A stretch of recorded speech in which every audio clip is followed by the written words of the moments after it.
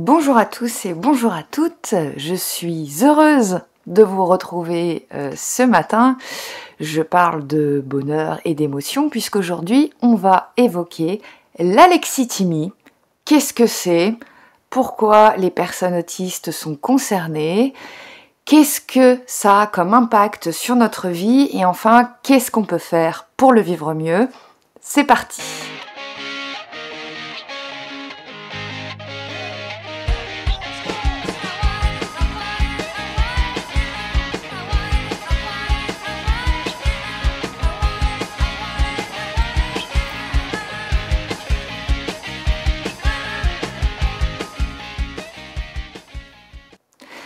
Alors je vous parle ce matin avec mon carnet de notes qui a été mangé par Sunny. Sunny avec qui je viens de jouer à la baballe pendant un bon moment et qui est en train de faire une sieste juste devant moi. Donc j'espère qu'elle ne nous dérangera pas. Alors l'alexithymie, qu'est-ce que c'est? Alors il faut savoir déjà que ça n'est pas une maladie, ça n'est pas un syndrome, ça n'est pas non plus un neurotype comme peut l'être le TSA ou le TDAH, c'est en fait une incapacité à reconnaître, exprimer ses émotions et à faire le lien entre ses émotions et ses pensées. En fait, il s'agit d'un néologisme, c'est-à-dire d'un mot inventé par un psychiatre qui s'appelait le docteur Peter Sifneos en 1973, qui part du suffixe « a » privatif, « lexi » le vocabulaire, et thymie, l'humeur ou les émotions. Lorsque vous faites des recherches sur l'alexithymie sur Internet, vous trouvez effectivement cette définition, mais il y a aussi d'autres tableaux que je vais évoquer ici, mais vous allez voir dans la seconde partie, on peut ne pas être forcément concerné par tous les tableaux. Donc il y a en numéro 1 la difficulté à exprimer ses émotions, en numéro 2 l'incapacité à les identifier en décrivant plutôt des plaintes somatiques. C'est-à-dire qu'au lieu de dire « je suis très angoissée », vous allez dire « j'ai le cœur qui se serre ». Numéro 3, et c'est en ça où je suis pas tout à fait d'accord, la pauvreté de la vie imaginaire. Il paraît que les personnes avec une alexithymie ont peu de rêveries diurnes. Vous savez, c'est ces petits schémas qu'on se fait en permanence, ces petites histoires. Bon, moi personnellement, je suis concernée par l'alexithymie, je vous raconterai après mon expérience, mais j'imagine encore plein de scénarios.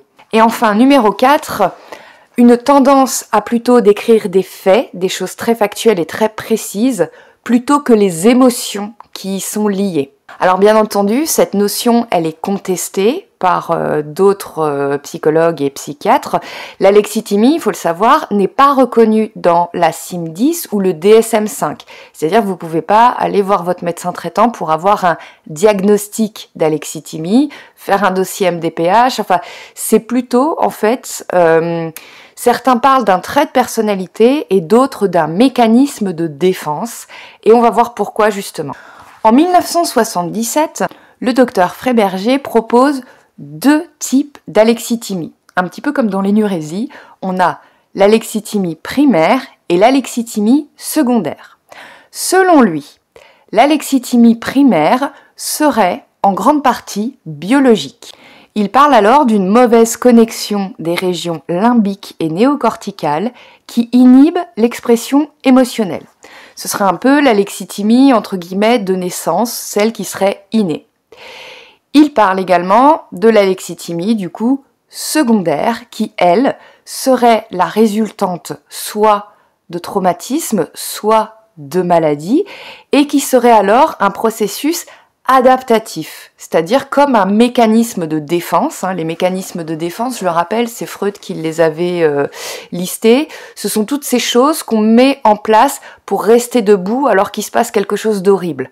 Dans les mécanismes de défense, il y a le déni, la sublimation, l'oubli aussi, enfin voilà. Donc l'alexithymie secondaire serait plutôt un processus adaptatif, un mécanisme de défense. Lorsque la personne a eu son traumatisme, c'était tellement fort pour elle qu'elle s'est déconnectée de ses émotions et c'est pour ça qu'elle aurait du mal en fait à les reconnaître maintenant.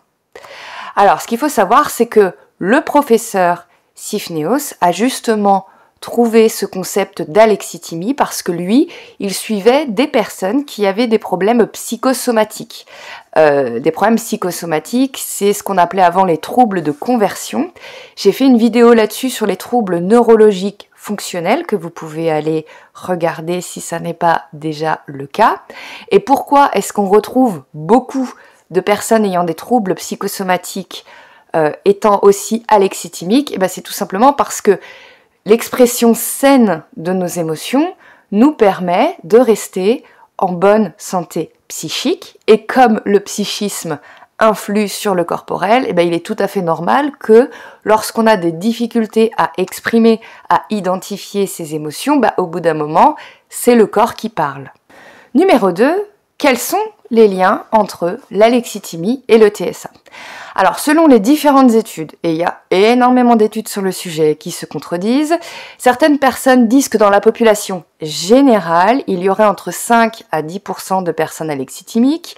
Dans l'article que je vous propose en description, on parle de 20% de la population générale. C'est d'autant plus difficile que les personnes alexithymiques ne savent pas qu'elles sont alexithymiques, puisque justement, comme elles évitent l'aspect émotionnel, les personnes alexithymiques ne vont pas consulter pour ça, comme vous le verrez dans l'article si vous avez envie de le lire. Du coup, les personnes TSA, là encore, entre les différentes théories, études, il y aura entre 50 et 80% des personnes TSA qui seraient alexithymiques. Alors pourquoi? Déjà, parce qu'on sait que, ça c'est mon hypothèse, attention, c'est juste du Johanna. Tout à l'heure, lorsque je vous parlais de l'alexithymie primaire, on a parlé de processus neuronaux et, comme vous le savez, le TSA étant un trouble neurodéveloppemental, il est peut-être probable que ces fonctionnements neuronaux atypiques soient à l'origine d'une difficulté d'expression émotionnelle.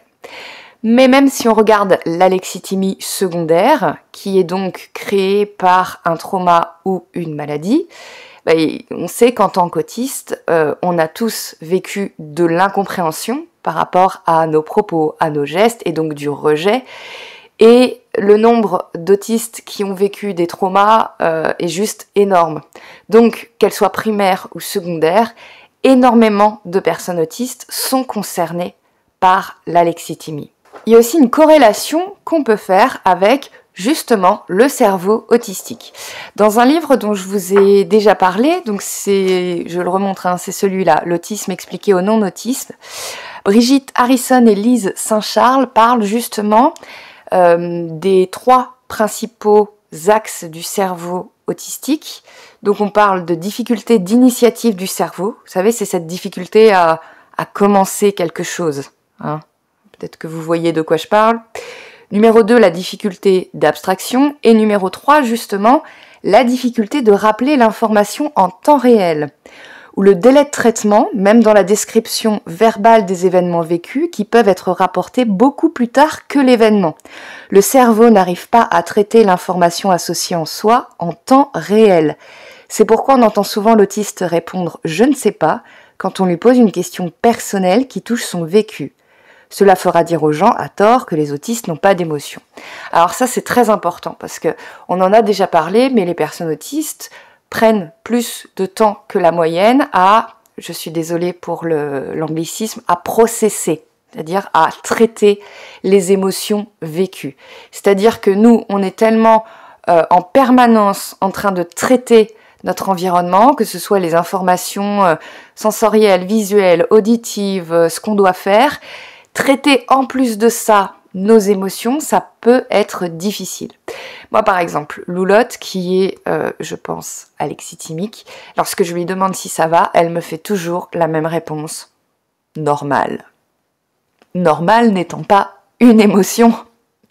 Mais pour elle, elle n'arrive pas à dire ce qu'elle ressent et elle n'arrive pas à le mettre en relation avec ce qui vient de se passer. Ce qui était mon cas aussi, mais je vous en parlerai dans la seconde partie. Il y a aussi un autre facteur à mettre en relation avec l'alexithymie. Ce sont les difficultés pour les personnes autistes d'interoception. L'interoception, on considère que c'est comme un sens qu'on a en plus de la vue, l'odorat, l'ouïe, le toucher. L'interoception, c'est la capacité à savoir ce qui se passe dans notre corps. Donc, pour les personnes lambda, tout venant, une personne qui a mal au ventre, elle sait qu'elle a mal au ventre. Une personne qui a faim, elle ressent la faim, la soif, etc. Bon. C'est peut-être votre cas, je vais citer quelques exemples pour voir si ça vous parle, mais moi par exemple, j'ai beaucoup de difficultés avec la sensation de faim, c'est-à-dire que je passe de « je n'ai pas faim, tout va bien » à « je suis en hypoglycémie et je tremble ». Et il n'y a pas d'entre-deux, il n'y a pas ce moment où je me dis « tiens, j'ai bien faim », ou alors si ce moment il arrive, si je suis en train de faire autre chose, ça passe complètement à la trappe. Et donc je me retrouve... complètement schlass et il faut absolument que je mange. C'est la même chose avec, par exemple, chez moi, la température. C'est-à-dire j'ai beaucoup de problèmes de régulation de température, ça j'en ai beaucoup parlé déjà. J'ai l'impression que mon corps, il peut emmagasiner. Par exemple, hier, hier, il faisait pas très beau, hein, on a un temps pourri, donc j'avais un peu froid en début de matinée, donc j'étais bien couverte. Après, j'ai fait le ménage, j'ai eu un grand coup de chaleur, donc j'ai enlevé mon pull, et après, j'ai mis très longtemps avant que la sensation de fraîcheur ne m'arrive au cerveau, entre guillemets. C'est-à-dire, lorsque je me suis dit « Ah mais tiens, j'ai froid, je vais remettre mon pull », j'en tremblais presque, vous voyez. Donc on a en fait du mal à se rendre compte de ce qui se passe à l'intérieur de nous. Et ça peut être la même chose pour les douleurs. Moi, je sais pas si je suis hypo ou hyper sensible à la douleur, parce qu'il y a des douleurs que j'ai ressenties dans ma vie de façon paroxystique. Enfin, je me suis déjà fracturé le gros orteil quand j'étais enceinte et ça m'a fait très très mal.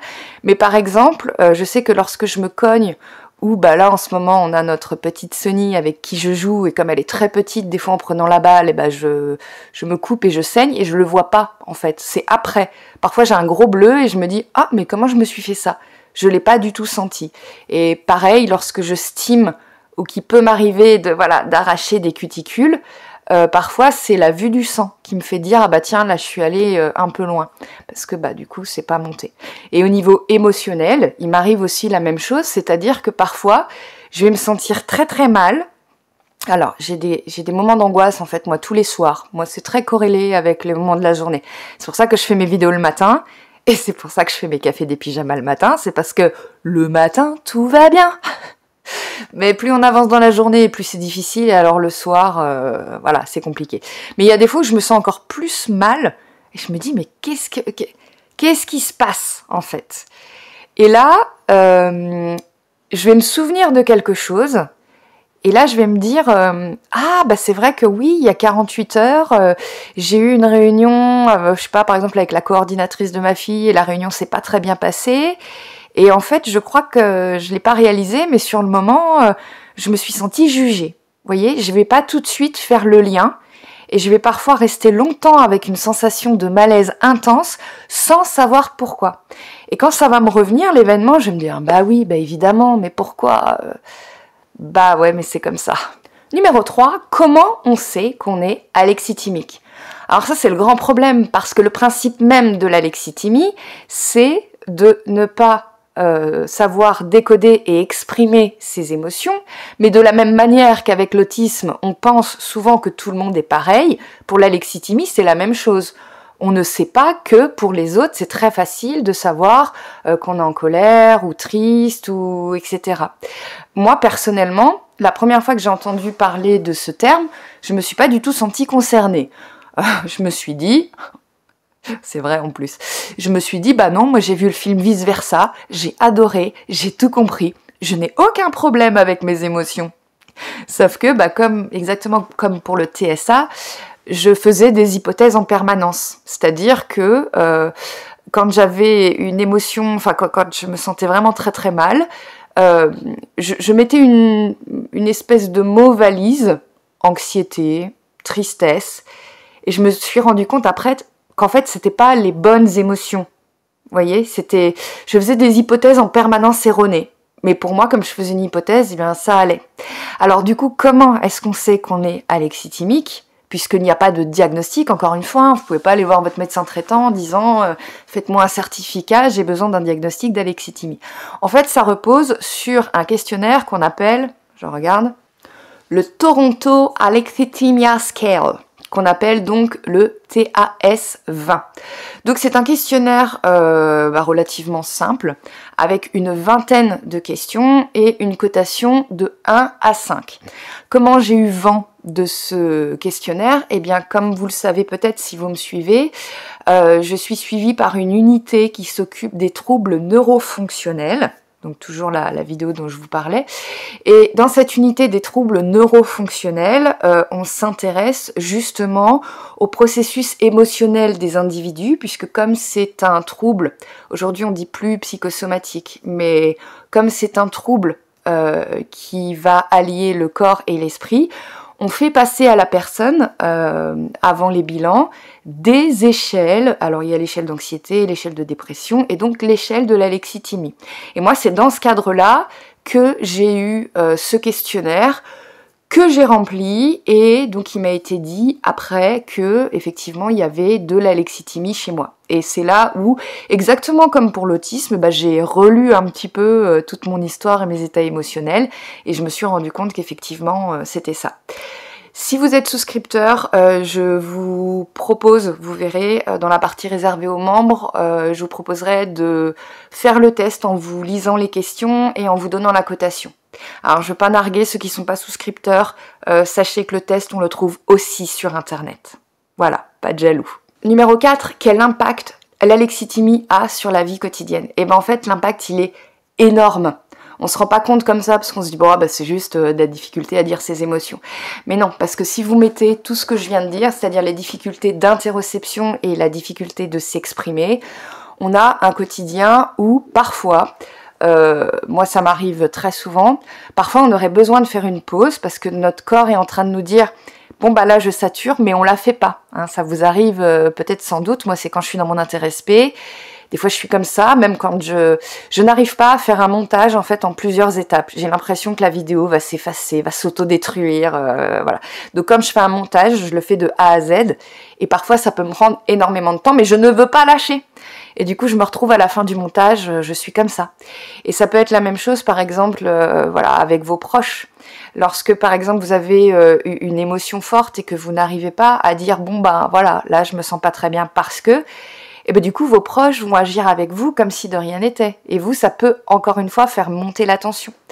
De plus, on a observé qu'il y avait énormément de personnes alexithymiques dans les personnes qui avaient des troubles alimentaires, présents, des addictions, présents, et je l'ai déjà dit, mais des traumas, présents aussi.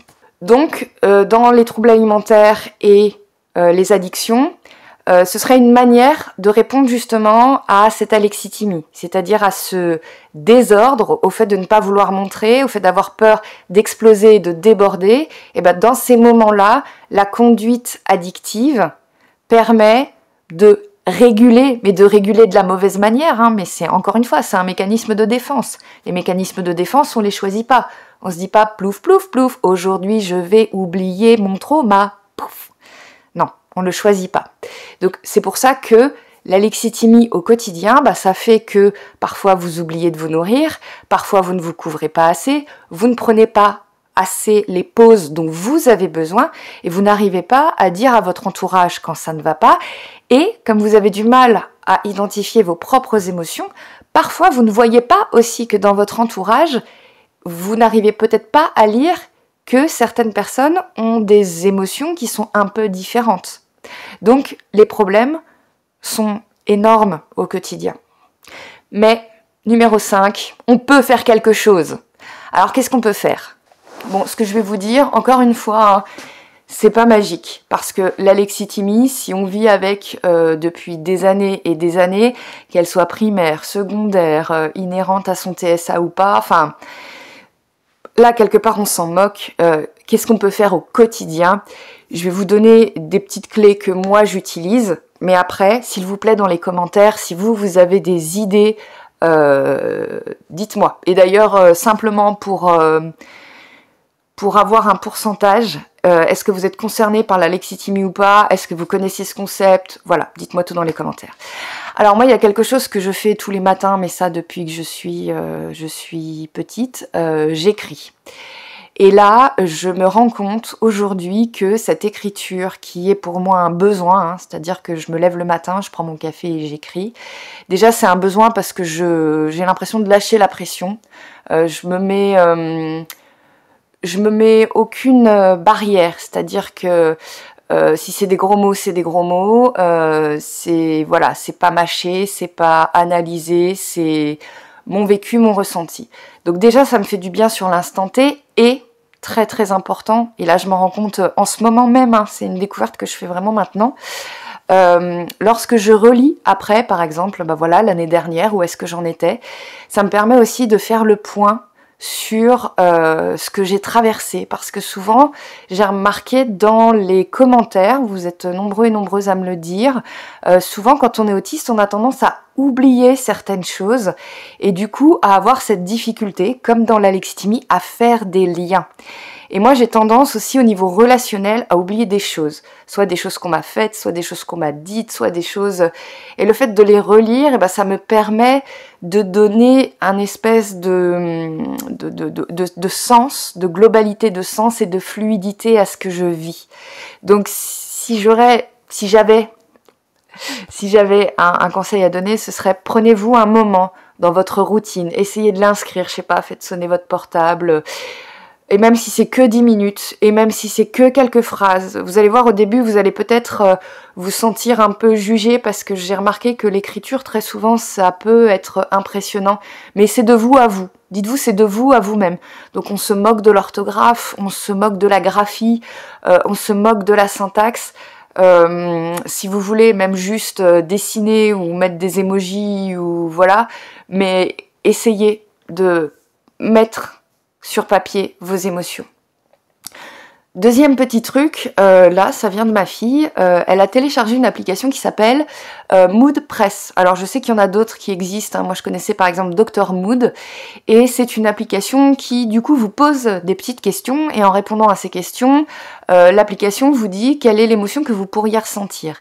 Et ça c'est intéressant, ne serait-ce que pour se poser la question, c'est-à-dire s'asseoir et se demander qu'est-ce que je ressens. Hein, parce que souvent on n'est pas lié à notre corps aussi, hein, comme on est d'un côté le mental et de l'autre le corps, et avec l'interoception on n'arrive pas trop à savoir ce qui se passe.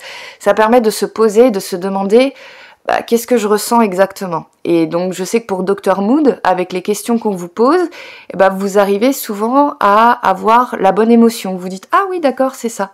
Et ensuite vous pouvez voir sur le mois quelle a été votre émotion dominante. Et ça aussi ça vous permet, je sais que quand on va voir des professionnels de santé, parfois on a du mal à s'exprimer, on a du mal à dire ah qu'est-ce qui se passe en ce moment, surtout qu'il faut s'exprimer devant l'autre donc c'est compliqué. Et bien grâce à ça vous avez une trace écrite en fait de ce que vous avez ressenti et pourquoi, et ça vous pouvez aussi le communiquer. Numéro 3, peut-être je vous ai déjà dit, mais j'ai commencé le yoga il y a quelques années. J'ai du mal avec le temps, hein, donc je sais pas exactement quand. Je sais que la toute première fois que j'avais fait du yoga, j'avais ressenti une angoisse, mais intense, mais vraiment, parce que je pense que dans mon vécu émotionnel, c'était trop en fait pour moi. Donc c'est pour ça que c'est un petit conseil si vous vous sentez prêt, parce qu'on en est tous à des moments différents. Mais quand j'ai recommencé à vouloir faire du yoga, j'ai regardé donc sur internet, il y a des petites vidéos de 10 minutes, des séances vraiment très simples. Et pour la première fois de ma vie, en refaisant les mêmes séances, j'ai commencé à ressentir mon corps, à ressentir par exemple où est-ce qu'il fallait étirer, et à me dire ah oui là quand on étire ça, ça fait du bien. Moi je suis très souvent coincée des cervicales, hein, dans le travail que je fais, on est parfois sur ordinateur, et puis même quand je suis tendue des cervicales. Donc c'est aussi grâce entre guillemets à cette douleur que je m'y suis mis, mais le fait d'avoir une activité corporelle, qui me reconnecte avec mes sensations, et ben ça me fait aussi énormément de bien. Et enfin, si vous pouvez, je dis bien si vous pouvez, parce que parfois quand on est trop angoissé, c'est compliqué, la méditation. Alors sachez que vous pouvez aussi commencer par des séances de 2 minutes. Hein. Là encore une fois, il y a des applications, même vous mettez une petite sonnerie, ou tout simplement, vous êtes là, et vous essayez de ressentir ce qui se passe dans votre corps. Bah tiens, là ça me gratte. Bah tiens, je pense à ma liste de courses. Bah tiens, j'entends ça. Et ça permet parfois de poser et de voir un petit peu ce qui se passe à l'intérieur de nous. Et enfin, dernier conseil que j'essaie de m'appliquer à moi-même, faire des pauses régulièrement. Alors, comment on fait pour faire des pauses régulièrement quand on ne se rend pas compte qu'on a besoin d'une pause et qu'on est à fond? Eh bien, tout simplement, j'ai envie de dire, prenez-vous vous-même comme intérêt spécifique. C'est-à-dire, c'est pas s'intéresser à soi parce que moi, mais tout simplement s'observer, un petit peu comme si vous étiez un ethnologue qui observait un oiseau ou une espèce. Essayez de voir, juste avant les moments de meltdown, qu'est-ce qui se passe pour vous. Moi, par exemple, je sais que à l'époque où on avait le masque, à l'époque du Covid, étant donné qu'on voyait pas ma bouche, j'avais pris l'habitude de faire un steam buccal, donc là je le fais hors micro. Voilà, je faisais des petits bruits et je faisais et je sais que je soupirais un petit peu d'une façon et je disais toujours la même phrase, une phrase qui est issue du film Tanguy, je perds pied Paul. Voilà, et je m'en rendais pas compte, mais quand je faisais ça, ce mouvement de la bouche et que je disais ça, et ben c'était que j'étais vraiment à bout. Et avant, je le voyais pas. Donc maintenant, il y a certains stims. Je sais que par exemple, quand je fais ça, c'est que je réfléchis à ce que je suis en train de faire. Parce que des fois, moi, par exemple, je monte à l'étage pour chercher quelque chose et je me retrouve à l'étage et je sais plus quoi faire. Et donc, quand je sens que je suis trop en train de faire ça, alors souvent, je me rends pas compte avec mes mains, c'est le bruit. Je me dis, oh, là, t'as peut-être besoin d'une pause. Alors, c'est compliqué, hein, effectivement, ça demande du taf, hein, mais je pense que ça peut porter ses fruits. Je vous referai une petite vidéo justement, puisque là je commence tout juste à faire ça, je vous referai une petite vidéo spéciale gestion des petites cuillères.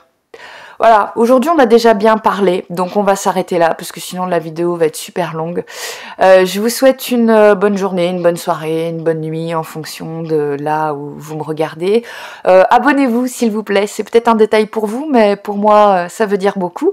Et puis je vous retrouve très bientôt pour une prochaine vidéo. Salut!